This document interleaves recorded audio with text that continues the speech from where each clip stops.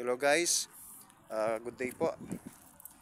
Welcome po sa aking vlog, Papa Dom's Lot Vlog TV.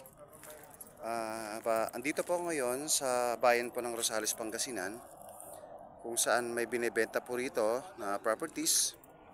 Ayan po, makikita nyo po ayan. So meron pong kalsada rito. At ayun po yung triplex, naka-frontage po siya sa triplex. Ang frontage po niya mga nasa 300 meters, more or less po. Ayan po, makikita po yung triplex na yan. Simula po rito yung properties po natin na 10 hectares. Tapos hanggang dun po sa may mga puno na yon. Ayan, makikita nyo po yung puno na yun, mga puno na yun. Hanggang dun po sa may buko na yan. Ayan po, yung sakop po ng 10 hectares yan. Mga guys, tapos ito po yung properties po natin, 10 hectares po ito. Ayan, napakaganda po. Ayan po, yung mga investor po na interesado po, pwede po rito magpatayo ng mga investment po.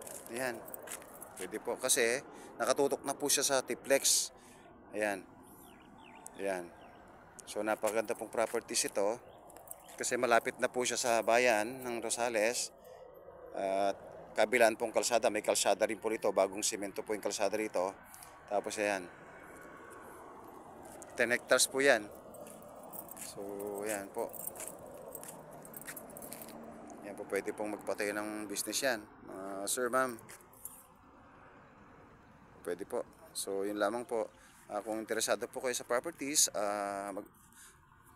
pa-like and follow and share lang po sa ating vlog, Papa Dom's Vlog TV. Pakiclick na rin po notification bell para po updated po kayo sa properties po na aking na-upload. So yun po, maraming salamat po.